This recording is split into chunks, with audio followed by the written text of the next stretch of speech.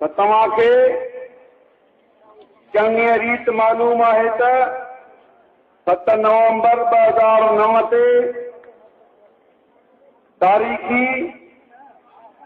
मौक़े ते ऐं यादगार ॾींहं ते सिंध जे तख़्तगाह कराची में गॾु थियल लखें सिंधियुनि जे अज़ीम शानदार आलीशान जलसे खे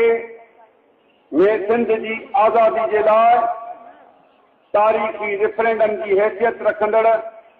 जलसे में असां अमेरिका, बरतानिया ऐं यूरोपी यूनियन ऐं ॿियनि आलमी इदारनि खे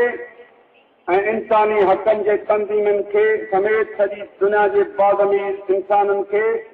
अपील कई हुई त उहे सिंधी क़ौम जे उन तारीख़ी रेफरेंडम जी अहमियत खे नज़र में रखंदे पाकिस्तान जे माली, इख़लाक़ी ऐं फ़ौजी इमदाद बंदि कनि।